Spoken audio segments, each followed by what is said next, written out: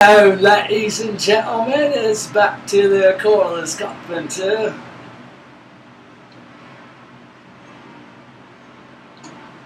No, seriously though. We are going to be drilling dog holes today. Yeah, so let's get to it. Alright. One of these days I'll fix the lighting in here. Alright, so we're going to have to mark the holes on here on this front jaw so that the whole idea is that I'll have dog holes running up this side of the top, and that way when I have dog holes popped out I can clamp the board in here on the top of the bench. So let's go ahead and get to it. I guess the first step is marking it out. So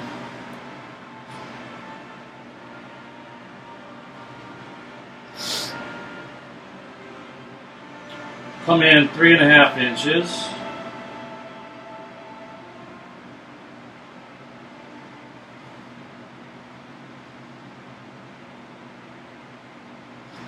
From both sides.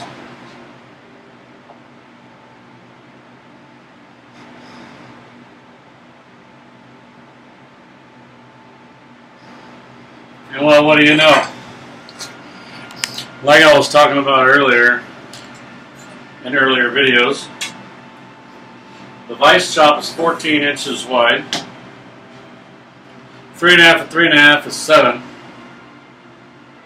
It's a 7 again, and what's that leave us? In between the center to center holes is going to be 7 inches. Kind of weird, man. I don't know what to really think about that, but it is what it is. Kind of cool. So we got it marked out at 7 inches, or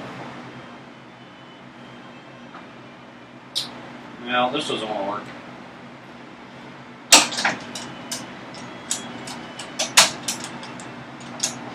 Yeah, it'd have been nice to have a quick release, but it's not exactly mandatory. So we get kind of our layout lines here, and kind of decide where to put it along the vise chop. I'm not going to put it like an even distance, mainly because I beveled this front edge, so it doesn't need to be in the middle of the chop, so I decide, but rather I'm going to come a little bit this side of the edge of that bevel, and that should be fine.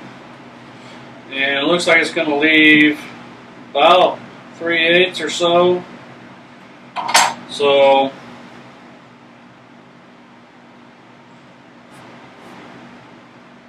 yeah.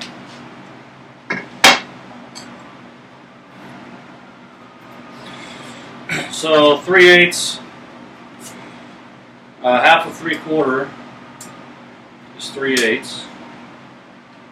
So we're going 3/8 in and then half of the dowel, which is also 3/4 inch dowel. So we'll just go 3/4 into the center of the hole.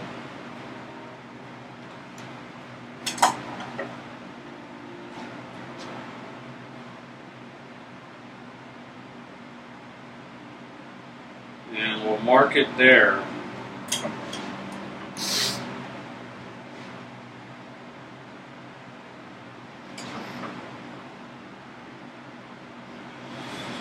Just to double check, like I always do, that's going to put me right about there.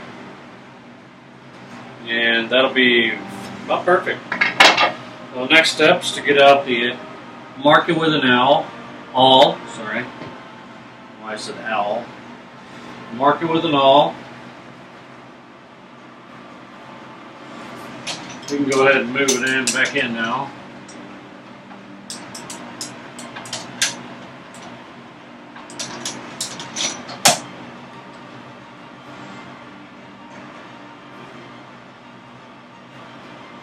I like to use a square awl, that way it kind of cuts a little bit as it goes.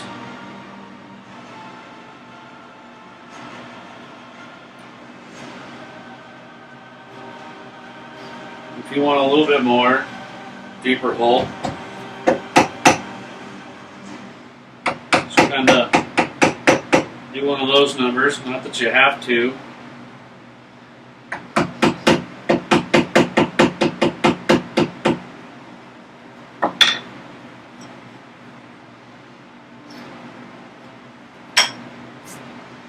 But that's that. That's where those dowels are going. That's where the holes are going to get drilled. So let's bust out one of our drill bits. I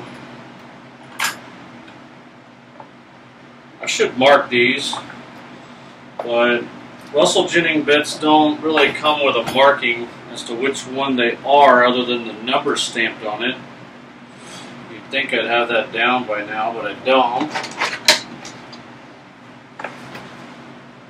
So, just to be on the safe side before we start making holes and removing wood. Alright.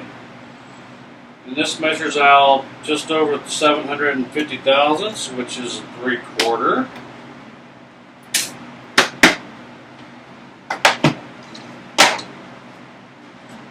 Get these guys out of the way.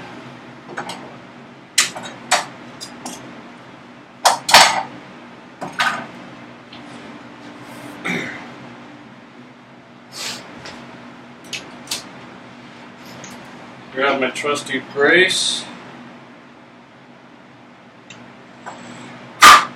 Sure there's nothing in there.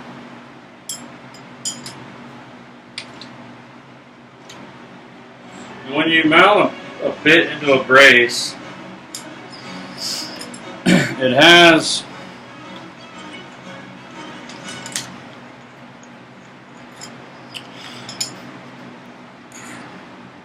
as you can probably see a little bit anyway, you have little notches in your jaws. Move them out so you can actually see them. There we go. So you have notches in your jaws. I really suck at this, sorry. There we go. So the notches are going to receive the square shank, this tapered square shank. Alright? So those little edges will go, as you tighten it down,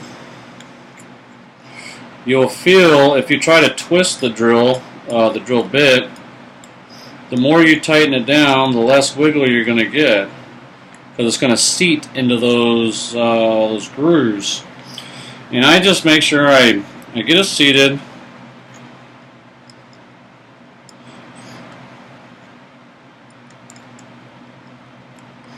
Right?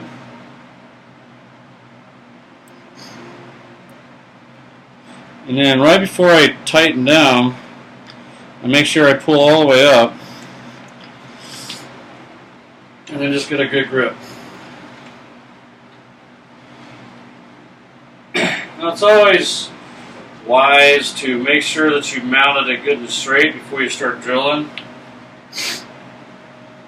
I do anyway.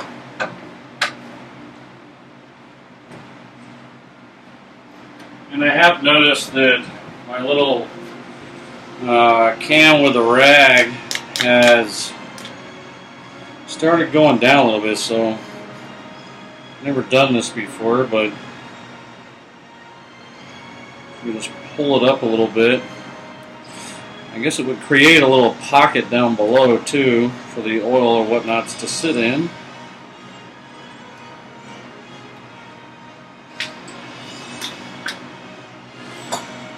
But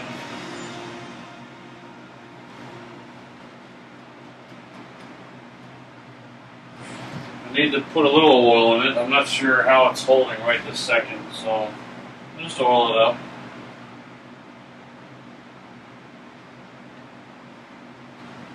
You can feel it as you put oil in it, it's going to get heavier and heavier. So, just a matter. Now, what I should do, I don't know why I didn't think of this beforehand, is find my drill guide.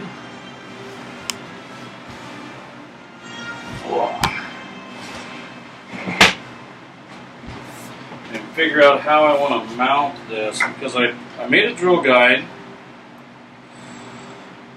so the drill will follow that guide, and that way it'll be straight, since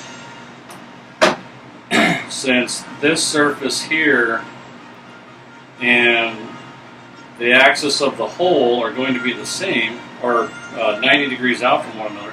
I just need to be able to hold this right where I want it.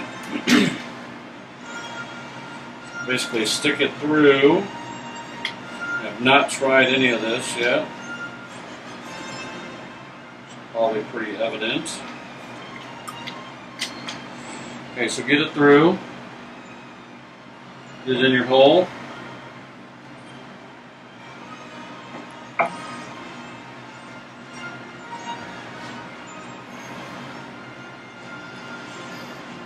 Alright, so it's where I want it to be. Now I got to figure out how I want to clamp this to the table.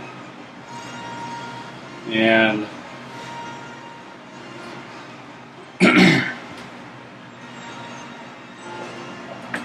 just barely in reach. I have a clamp here.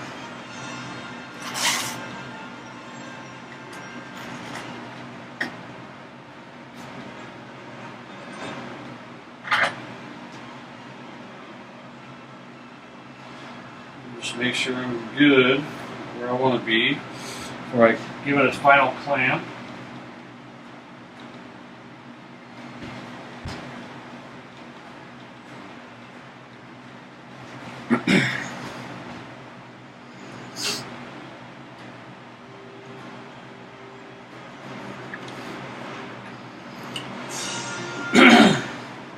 I'm going to be using this, if it goes well, I'm going to be using this technique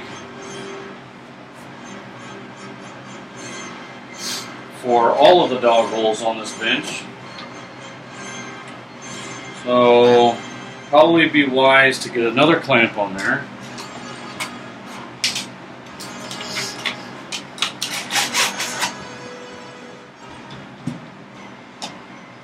I think I can get away with that and just basically clamp it straight to the top.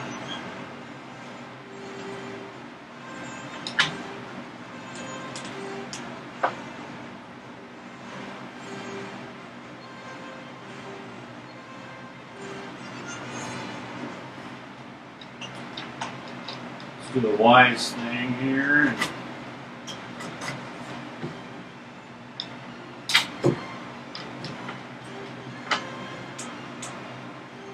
It's 14 hours.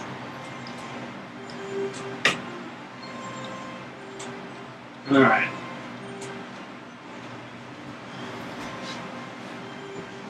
It's all still centered up.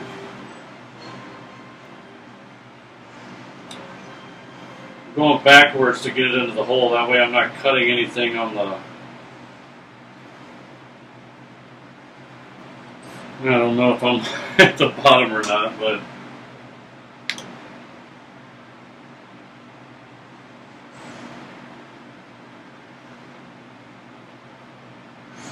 I'm going to drill these kind of deep.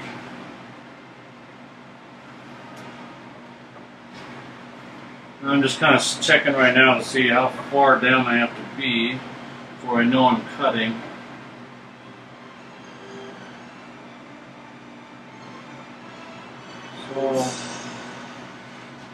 About 3.5. Because it's tight. It doesn't want to just, move in there. I have no idea how this is going to work out. This is just something that, I would use a drill guide of some sort if I was drilling with metal. So I'm on there. And remember, this ash is it really, really sucks to drill. So this will be fun. The rest of the bench will be a snap, but in theory. Check my clamps one more time. And I don't know if it's going to be binding in the guide or binding. I can feel it binding already. Let's bring wood up. It's actually drilling not so bad this direction.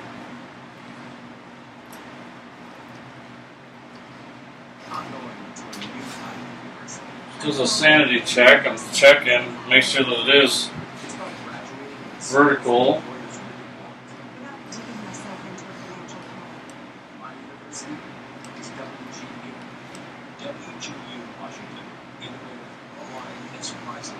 Well, slowly but surely.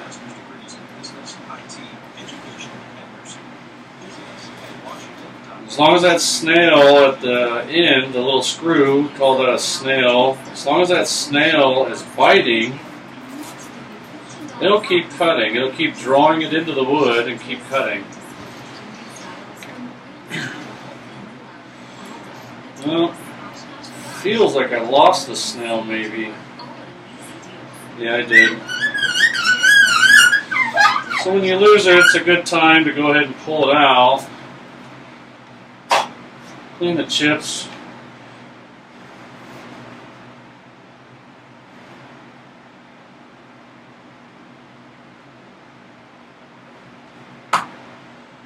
Lube her up.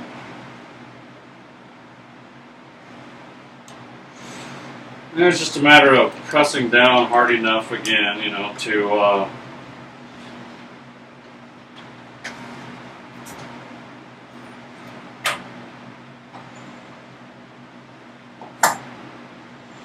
for that snail to bite.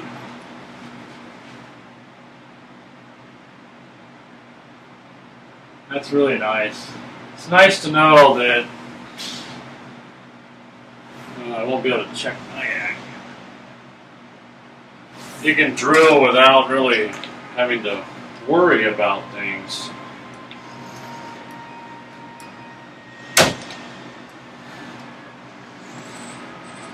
Well, it's far enough in there now, I don't need the guide anymore. It'll just, the hole that's already there will do all that work for me. So I can take this guide off.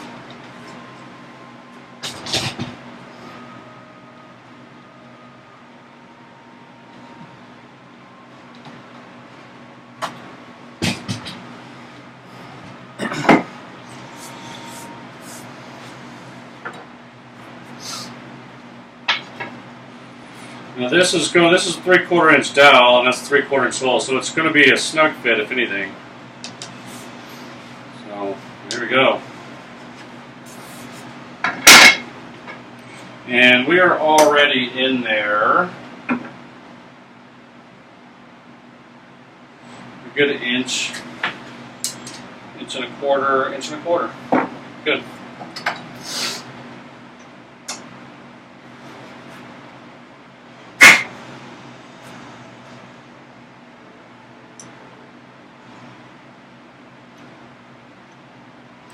If this doesn't want to bite, now I switch up to my other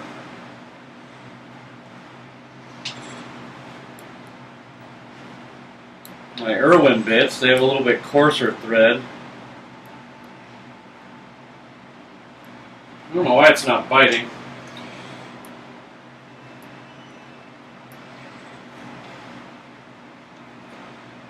but it's not. Let's go ahead and switch it up. It's just basically stripped out the threads that it was creating as it was going.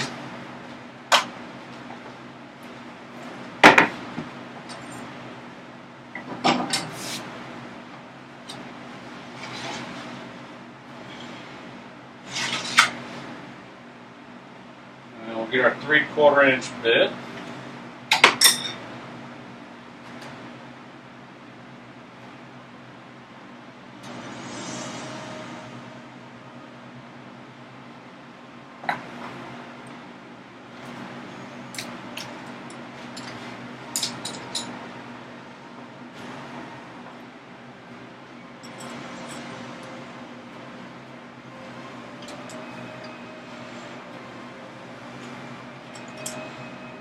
Through the same process, make sure that it's in the seat.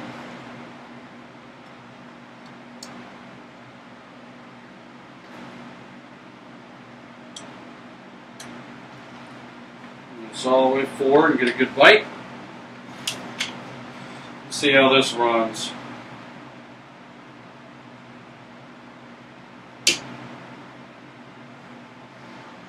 Well, she's biting.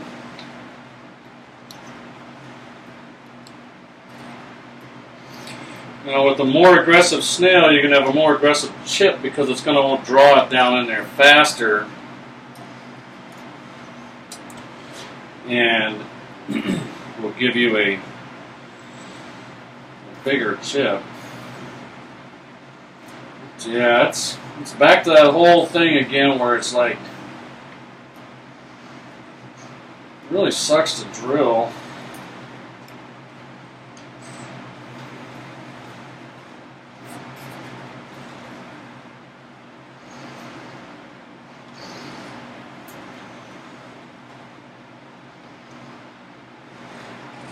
This stuff is super tough.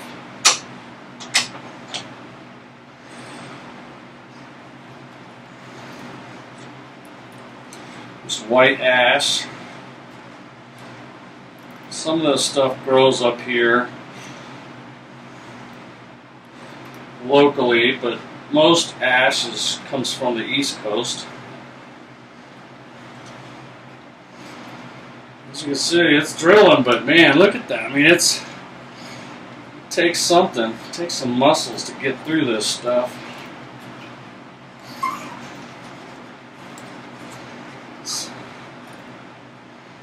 Give you a little workout drilling this. Now, just keep in mind when you go to mark your holes, I marked mine on the outer edges of where my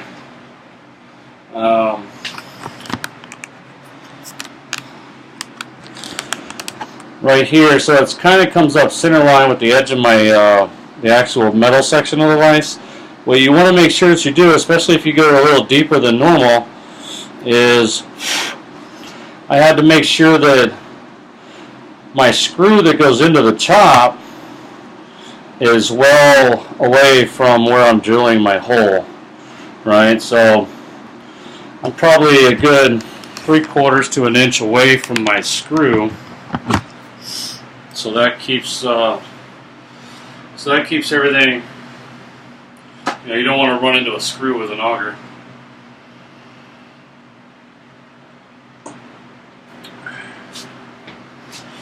But I'm going to go as far as I can with this because I want to be able to stick up further.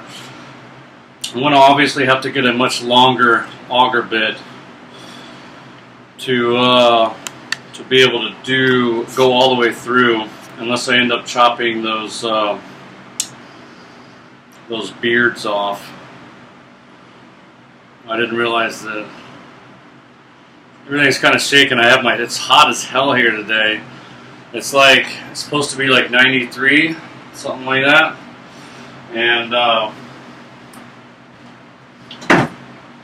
which is fine. I'll take a few 90-degree days if the rest of the year is great, like it has been.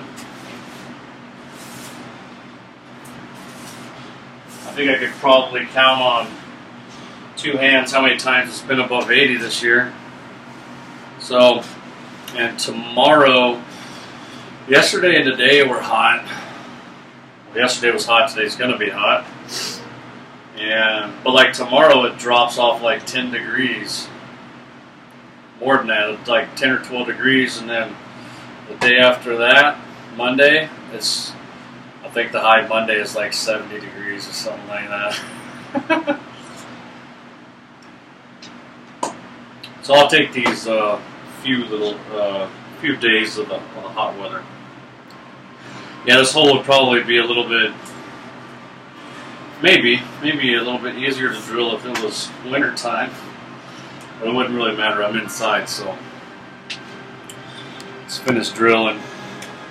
I'll probably drill till I can no longer see the flutes, and that'll give me, a good 4 inches or so, I think.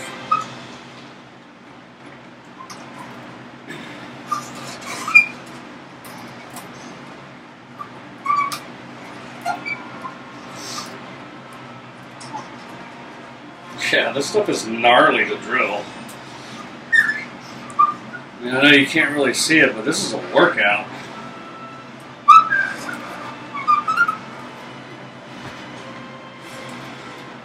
Just back up here, see if I can anyway.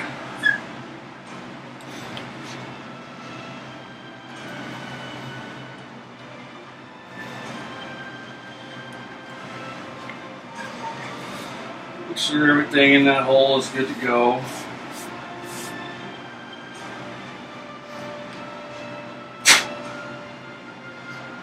It's really, really hot, so really warm. No, that's hot. So I'm going to let that cool down. See how far we are.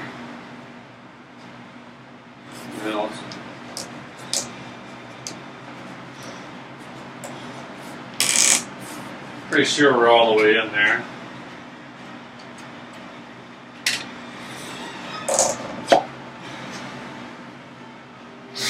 Alright, so we are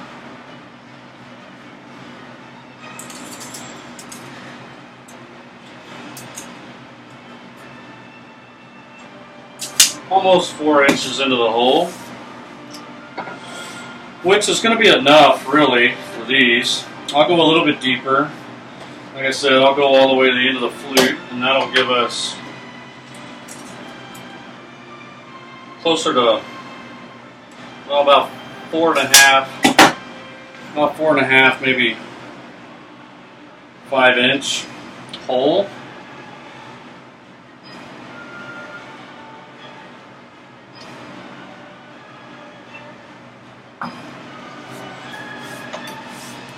So while this bit is cooling down, it's crazy, right? That you can put that much heat on metal just by drilling wood, but it's a very real thing.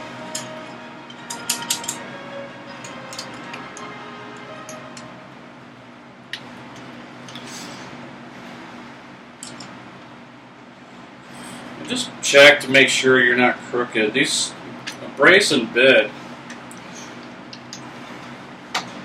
and sometimes run very crooked.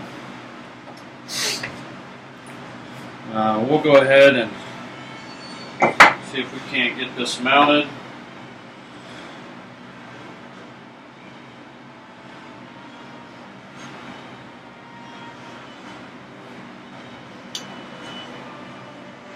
So we can get them up there first.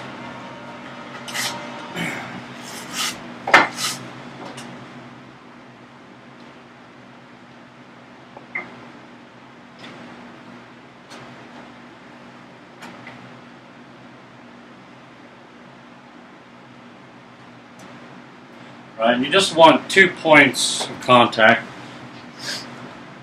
3 is better, but 2 is good for any clamping operation you're going to be doing.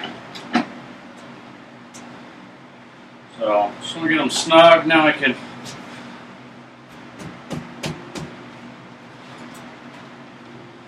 move this around, get it where I want it.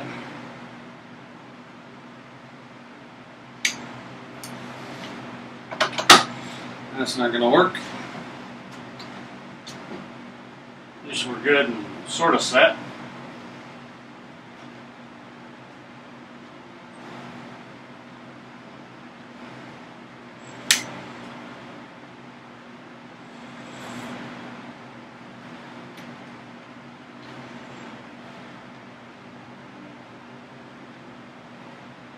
Get this through.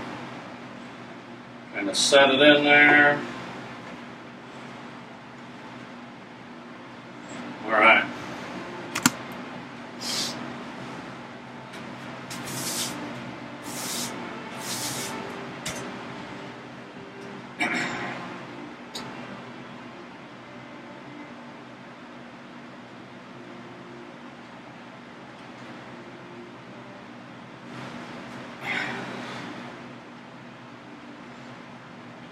We are good to go.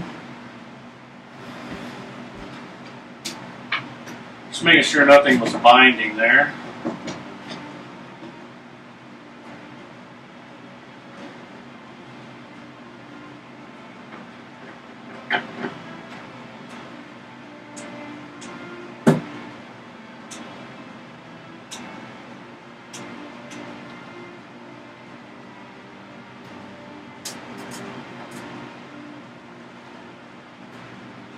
Alright.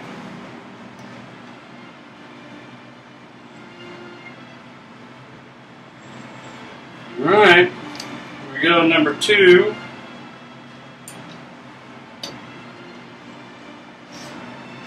Hopefully this one doesn't stop biting.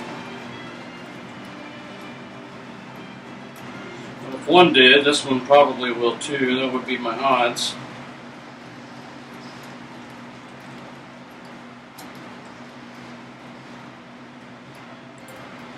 How do you know? I mean, it already feels like it's not biting. I got my fan over there. That's what I was getting at earlier. It's so hot here.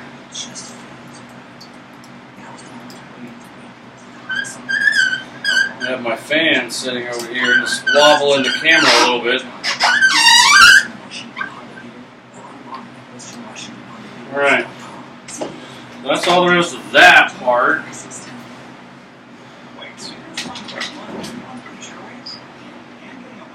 And hopefully that other Irwin bit has cooled off enough.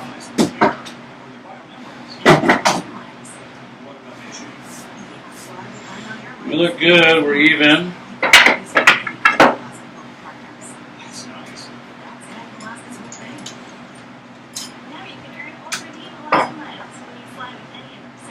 Oh yeah, that's cool.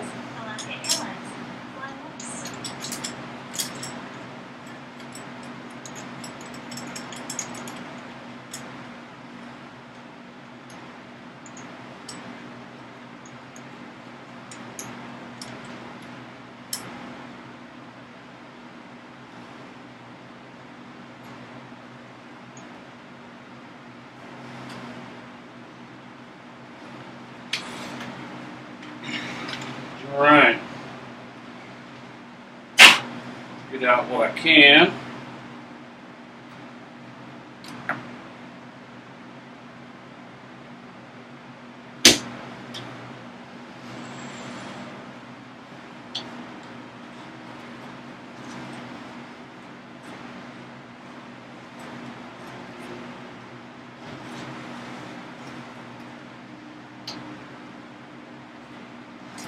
Man, this stuff is gnarly. Go in, girl.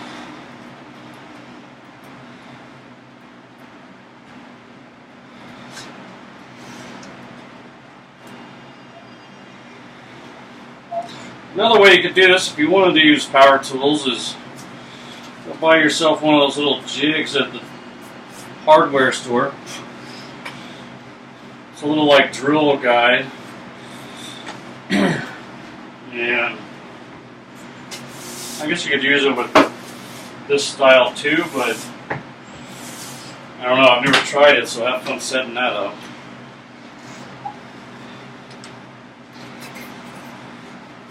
But that would make sure that your hole is perpendicular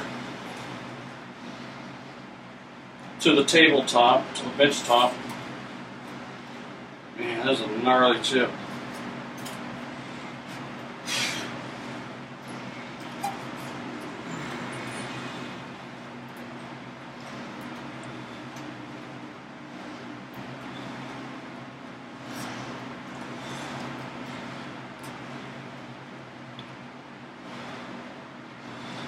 And I'm sure it's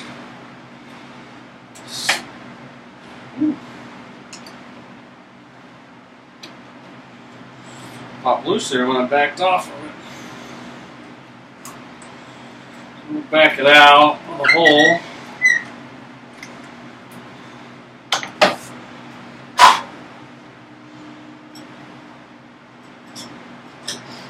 See, I gotta wait for this to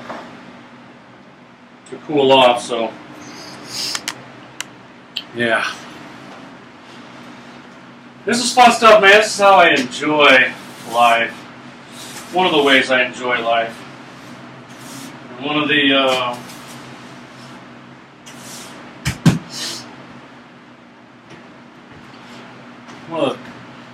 things that just make me happy to do it. It's making something out of nothing. Making things happen. This is how I choose to spend my free time. And if you have lasted this long in the video, get a little treat.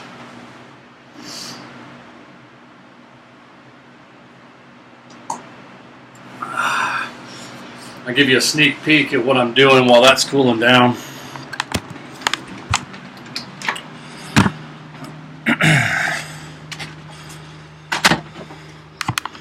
Give you a sneak peek at what else I got going on. Now it's the middle of the day and I gotta turn the lights on so you can see. So, picked up a bunch of, so you guys out there, y'all know what these saws go for. With the nice handles on it. Oh yeah. So I got two 6-footers. One's in better shape than the other. Two 6-footers. I already had the other two that are behind it, but I got two 6-footers with the handles, great shape. The teeth are all there. They just need to clean the saw up and sharpen it. But got two of them in what I would call great shape.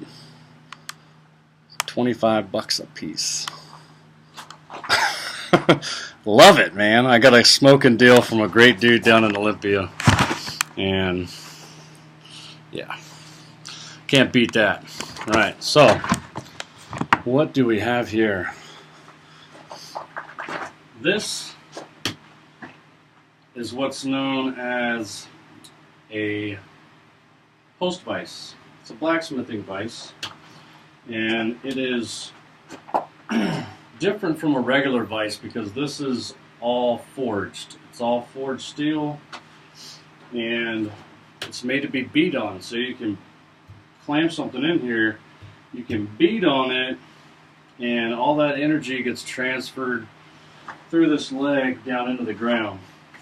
Now when you do this, you have to make sure that you mount it to where that leg is grounded on something steady. Either you bury a stump, like a wood stump or something in there, or you mount it on concrete or something of that nature. But this is actually one of the larger vices that are made out there. I know it doesn't look like it on camera, but I mean, this is one of the stoutest. I've seen a lot of these, and this is one of the stoutest ones I've ever seen, ever. So, and got a bunch of tongs. Just working them all free. They were kind of froze up and rusty. Still got to do some restoration on these guys, but they're not frozen anymore. So yeah, I got 4 pair. And look how nice they are. They open up anyway. 4 pair of those. Got a steel on a bunch of old steel wedges. And it's my baby. Been picking up these C clamps here and there over the last few years, and they've come in super handy. Still need to restore everything on this bench. I pretty much need to restore. Picked these up when I was in Athol, which is a little bit north of Spokane. These are great. These are awesome. Awesome bar clamps, beam clamps, whatever you want to call them.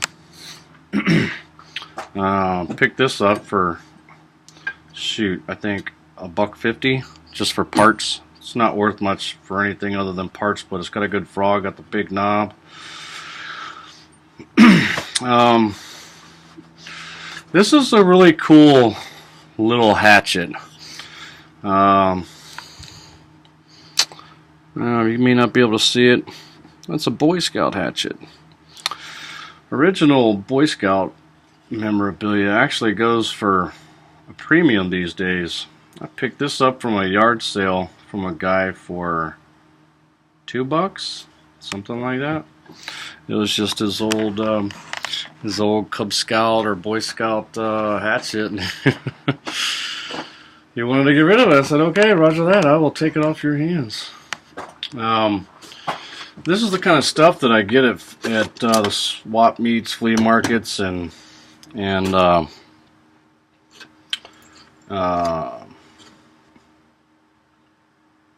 auctions. So like this is a flat that I just wanted. I only wanted a few things like this big, I'm at a loss for words today. Channel lock.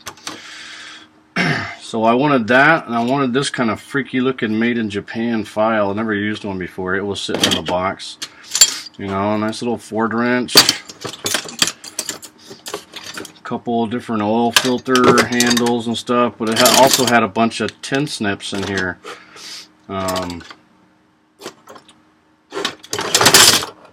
Wire cutters, you name it. Little nibs. But I picked this box up for like $3 or $4. The whole thing, $3 or $4. So, and it had bolt cutters in there too. Picked up some of these for like $2.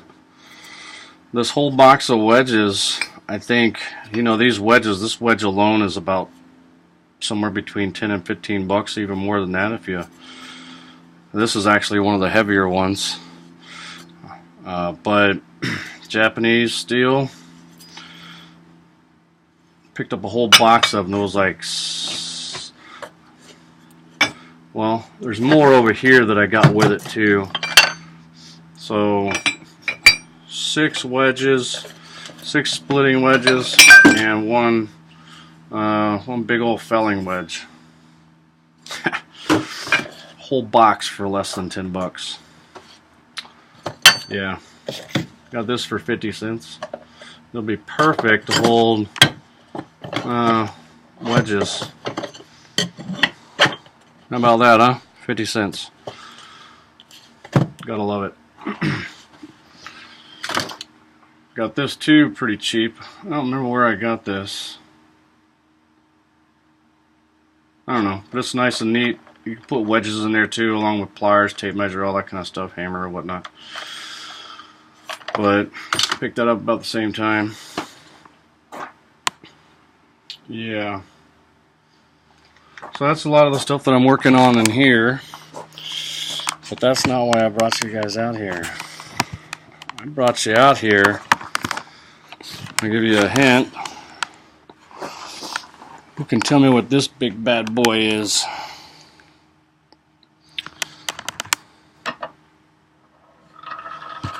And she's pretty quiet too. That, my friends, is a blower. It is a Royal Western Chief.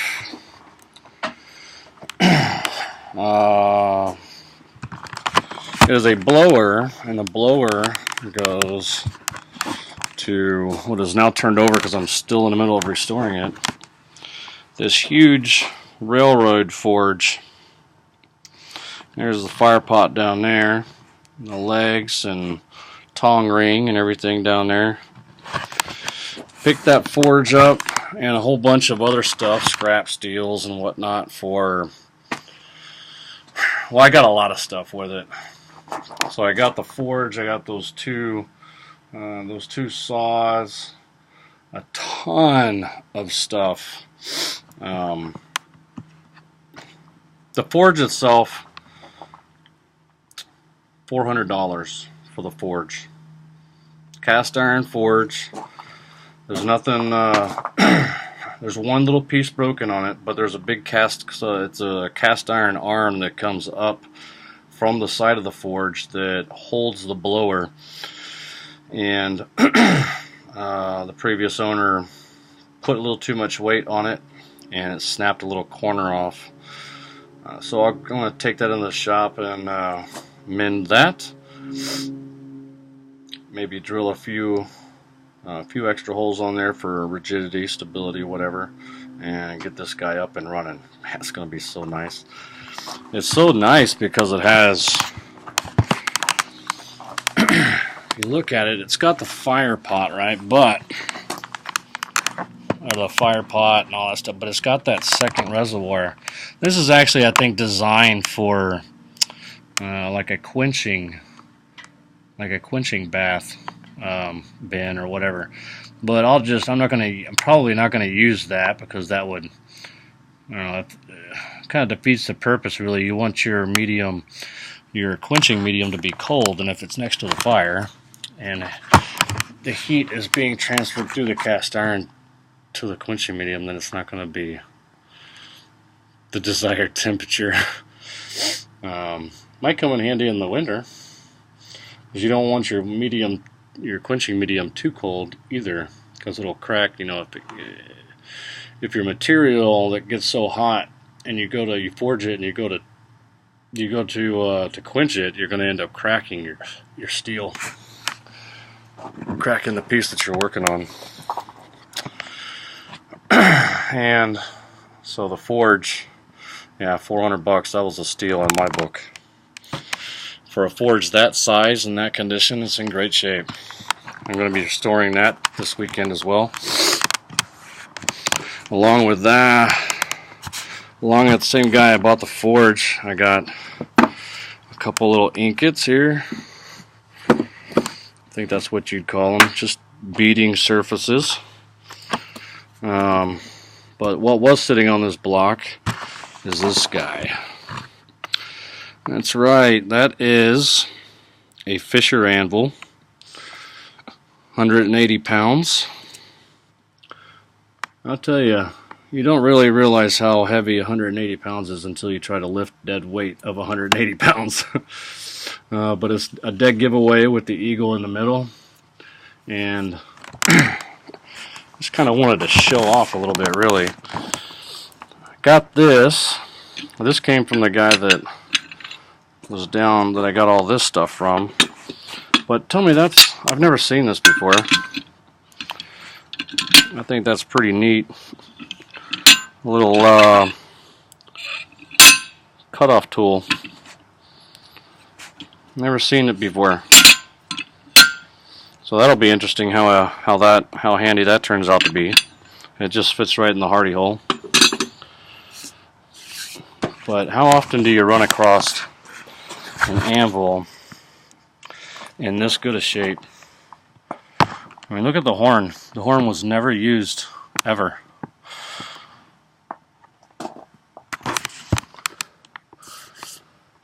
Look at these corners. They're pristine. Pristine. Made in 1942.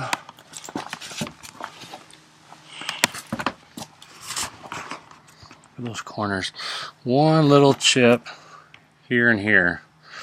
This is the biggest chip on the whole thing.